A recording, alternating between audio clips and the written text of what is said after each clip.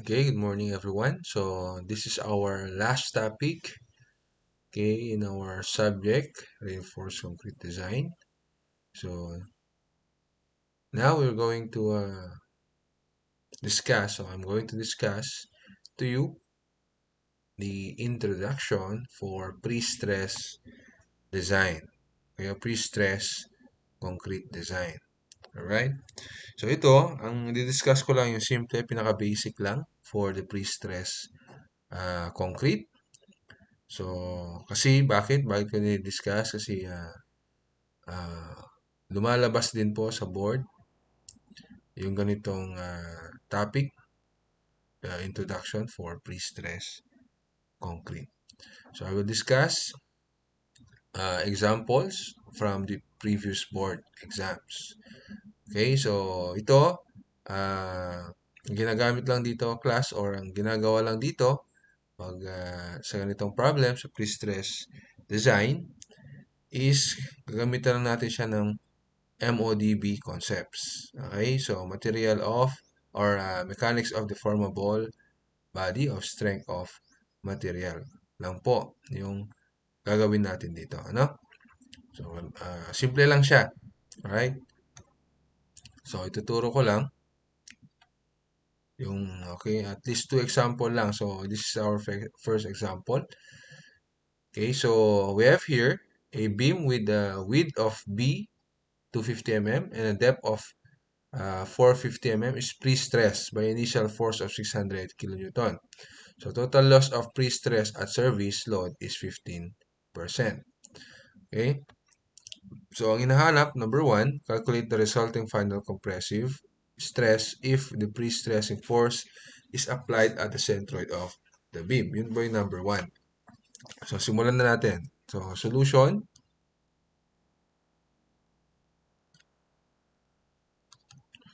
for number one, ito yung P natin, yung pre-stress or pre-stressing force is at mid or centroid of the beam.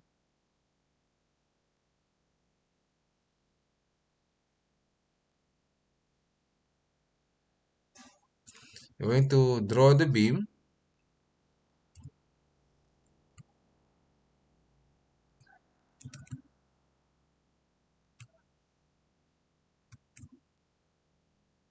Okay, this is the beam. So, yung pre-stressing tendon natin is nasa gitna. Okay, pre-stress. So, if you're going to draw the side elevation for this beam, so nasa gitna siya. Ito yung force natin. Okay, take note, ang pre-stressing force natin is always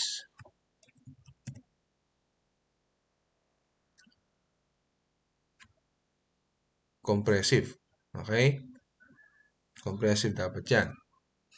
Alright, so that is our P, which is equal to 600 kilonewton. Lagay ko lang dimension ng beam natin. So, yung beam natin, meron siyang total height of, or depth of 450 and the width of 250.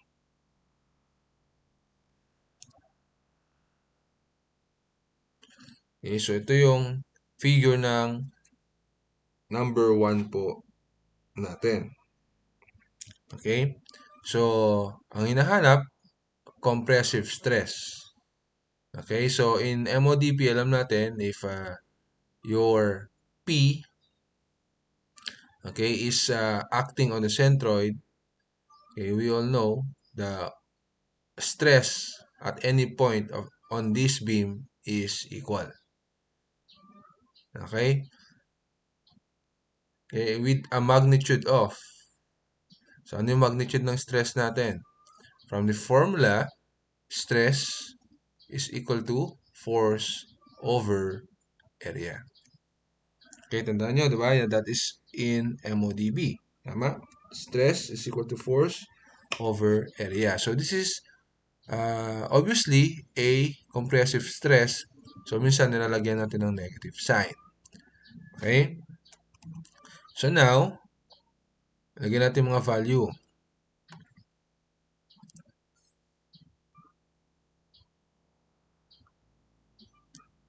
Okay, so yung mga value natin, lagay naman dito, P. Okay, the force. That is 600 kilonewton. So ang gawin natin, multiply po natin ng 1,000. Okay? Para yung lalabas po ng sagot natin is in megapascal. Okay, pero take note, may binanggit siya dito sa problem na service load o loss o total loss of pre-stress at service load. So ito yun, 15%. Okay, take note, ang pre-stress natin, nagkakaroon ng loss yan. Okay, so hindi yung nilagay mong pre-stress yung force ay yun na yun. Okay, so magkakaroon siya ng loss due to different factors. Okay, so 15% ang sabi niya. So take note, kailan ba natin ina-apply itong loss? Okay, pag yung tanong, ang kinukuha is final or resulting stress. Okay, mga problem kasi na tinatanong lang what is the compressive stress. Okay, hindi niya tinatanong yung resulting or final stress. So, no need for us to uh, consider the loss pag ganun. Pero dito, sinabi niya kasi resulting or the final stress. Okay, so we need to consider the 15% loss. So, loss yun. So, ibig sabihin, ang matitira na lang na force for us to consider is the 85% or the 0.85. Okay, nakuha ba? So, instead of 100%, yung force na i-consider natin because of the loss, okay, 100% minus 15%, that is equal to 85%, which is 0.85. Okay, all over area. So, what is the area of the beam? So, that is 450 times 250. So, our stress now, the resulting compressive stress is equal to 600 times 1,000 times 0.85. Divide natin ng 250 times 450. So, we'll have an answer of negative 4.53. 53333. So, approximately is equal to negative 4.53 megapascal. So, this is our answer for number 1. Ganun lang po kadali, no? Talagang strength of materials lang. No? Parang mech lang ang mangyayari. Okay? So, next naman, number 2, calculate the final compressive stress if the pre-stressing force is applied at the or at an eccentricity of 100 mm below the centroid of the beam. So, i-move na natin, no? I-move na natin siya. So, from centroid,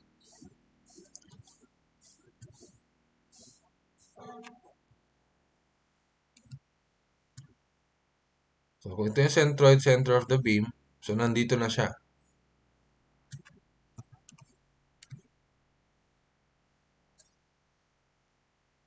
Okay, this is our P now, okay, which is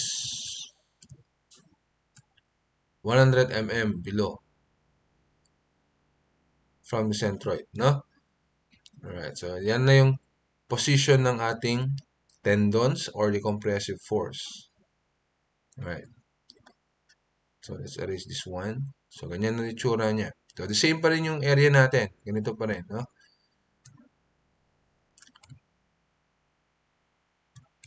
Ang difference na lang, yung tendon natin hindi na sa gitna. Okay, nandito na sa side na to. O nasa baba, the bottom part. Okay, ito na yung steel natin o yung tendons natin. Okay? So, ano yung gagawin natin dito?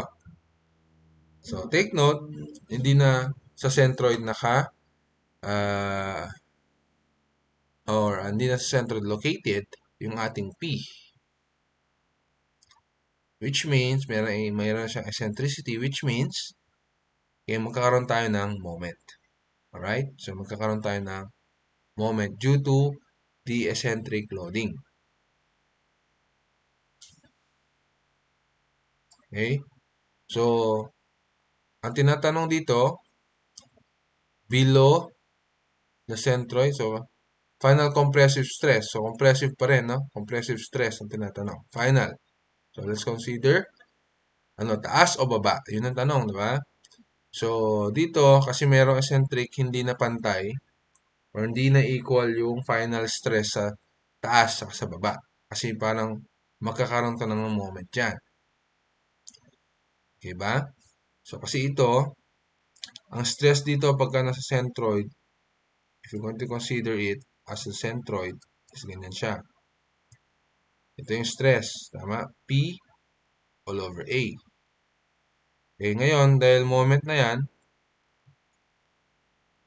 dadagdag na natin yung stress due to the moment. Okay, this is the stress for, a stress diagram for a beam section, a weight moment acting on it. Okay, so magkaroon na tayo ng stress sa taas. Okay, top FT, FB. Ganon din dito. May FT, may FB. Okay, so dito, compressive, no? Negative ito. So pagdating dito, sa moment, take note, ano yung bending nito pag nasa baba itong P natin? Take note, what is the bending? If the load is below the centroid of the beam. So pag below yan, okay, ibig sabihin, and this part is compressive. Kasi ang bending yan pag ganito. If you imagine that. Ganyan siya yung bending. Yung biging beam natin, kasi ilalagay mo siya dito. Yung load. Okay? So meaning, sa baba yung compressive. Okay? Sa baba. So this is compressive, this is tension. Okay, ang tinatanong dito is final compressive stress. So ang pipili natin, ang i-consider natin is yung stress sa baba. Okay? Okay, so to get the stress at the bottom, so let's say stress is can be denoted by FB, okay? O flexural stress, diba? Yan yun. Is equal to yung stress due to the normal force, P. So negative to all over A, no? Kasi compressive. P all over A. Dagdag natin yung negative, negative uh, flexural stress due to moment. So ano yung flexural formula natin for beam? Okay, tama kayo. That is MC all over I. Tama? Yan, MC all over I. Okay, so ulitin ko lang. This is our formula. Pagka meron ng eccentric or eccentricity, yung ating load. Okay, kunin mo muna for the first formula is negative P all over A, which is the normal stress. Okay? And then, the moment. Okay? Or the flexural stress. What is MC all over I? Okay ba? Alright. Yes. So, ang mangyayari kasi dito, class, kung di mo pa ma-imagine, ang mangyayari kasi dyan, instead na ganito, magiging, i-simplify natin siya na ililipat pa rin natin sa gitna yung P, pero meron na siyang moment na equal to P times E. Gets ba? Gets. Okay, yung twisting niya ganito, no? Counterclockwise yung ikot niya. Therefore, sabi ko nga, compressive sa baba, tension sa gitna. Okay, ganun lang simple yung kanyang concept, ano? Okay, sana na-gets? Yes. Gets na yan. Right? Purahin lang natin. Okay? So, kaya ganito yung naging formula natin. Right? So, simplify pa natin. Negative P all over A minus yung M natin, which is equal to yung load times yung eccentricity, PE, times C all over I. Okay. So, lagay natin yung formula. Okay? Lagay natin yung mga data natin o yung mga values natin. So, take note, we have uh, P given yan, and E is also given for solution number 2 or the problem number 2. A is given, I, so solve natin yan, and C is also can be solved. Okay, ano yung C natin again, class? So, bottom yung kinukuha natin. So, ang C natin will be this height. Okay, so that is D all over 2. Tama ba? Okay, so pwede na kasi natin i-simplify ito pagka rectangular, ano? Rectangular section, we can simplify this one. This value, negative P, E, C all over I. Pwede i-simplify yan. Negative PE. Ang C natin is D all over 2. All over BH or BD cube all over 2. Or all over 12. No? Pagka rectangular, no? Ulitin natin, our I is BD or BH cube all over 12, where H is equal to the D. Okay, or yung binigay dito sa problem natin is D. So, if you're going to simplify this one, cancel yung isang D dito. And then also the D here, magiging 2 na lang to. So, we have uh, cancel yung 2, 12 will become 6. So, magiging 6, negative 6 PE all over BD squared. So, pwede ito yung i-memorize natin. Okay? So, balik tayo dito. That is equal to negative P all over A minus 6 PE all over BD squared. So, this is our formula for the bottom compressive stress. Okay, so lagyan natin yung mga value. So, that is negative P. Ang P natin is 600 times 1,000. Okay, final ulit to, final compressive stress. So, ibawas natin or i-consider natin yung loss. All over A, so that is 250 times 450. Okay, is equal, minus, okay, minus 6. So, ang P natin is 600 times 1,000 times 0.85. And then, our E is 100, no? Yan, yung E, yung eccentricity niya. All over BD.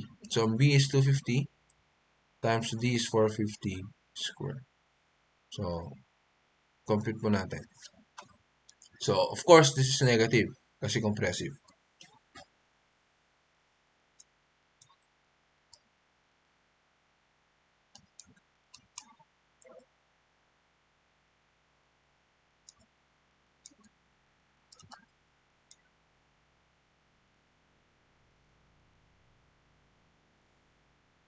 Ang lalabas sa sagot dito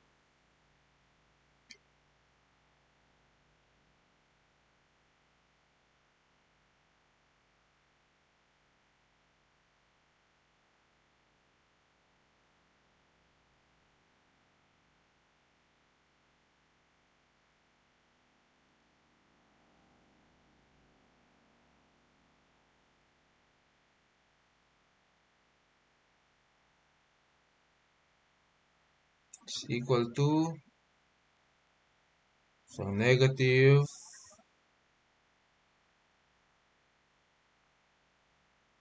kulang ako ng isang 0. Negative 10,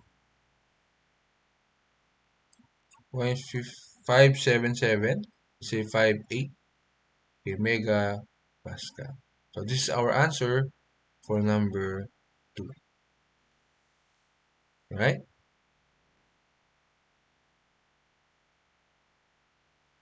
Alright, so number 3.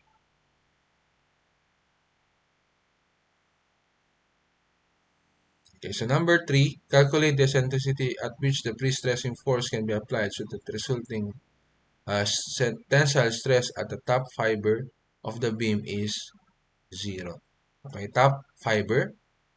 Okay, so meaning, uh, yung E na hinanap natin dito,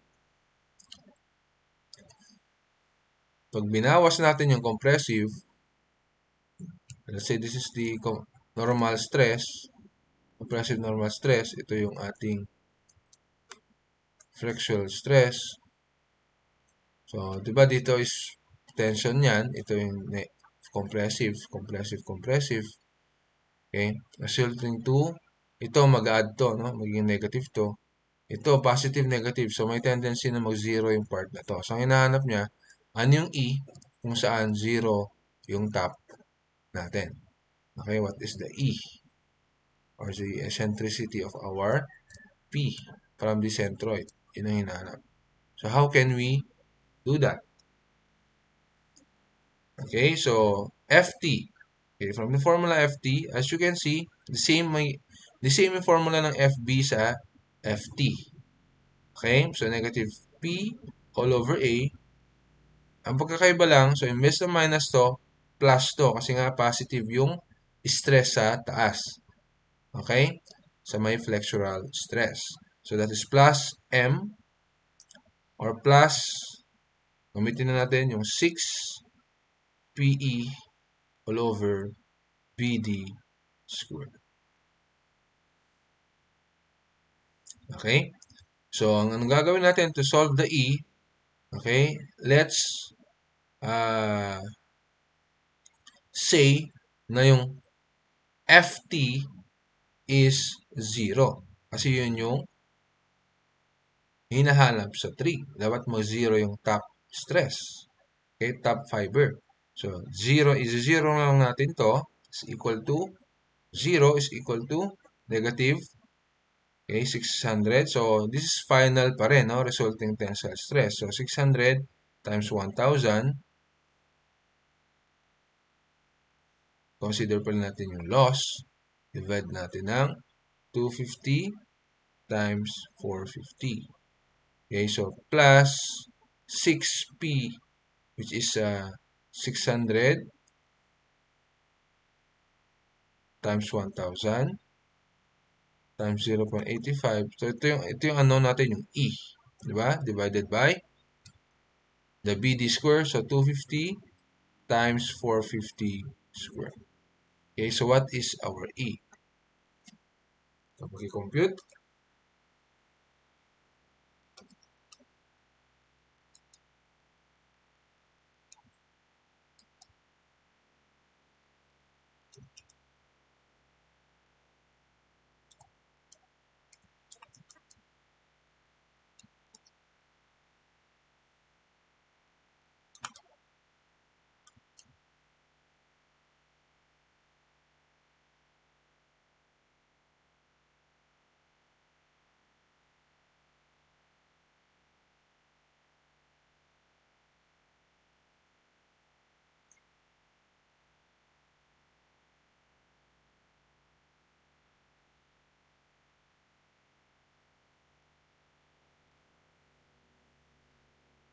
Okay, ang lalabas dito na E is 75 mm.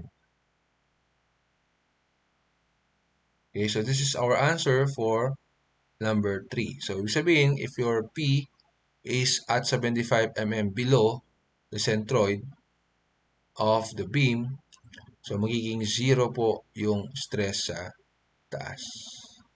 Okay, and then you can get naman kung ano yung magiging stress sa baba. Okay, by using the E that is equal to 75 mm. Okay, so that's it, class. So, purely MODB. Okay, yung concept dito. Okay, basta alam mo lang yung formula ng normal stress saka yung flexural stress. Okay, at alam mo yung mga value natin kung saan kukunin yung C, saan kukunin yung I, ano yung ilalagay sa A, at also the P. So, take note, okay, you will consider the loss if ang tinatanong is the final or the resulting stresses. Okay? Yun lang po for example number 1. Thank you. And then, abangan nyo yung example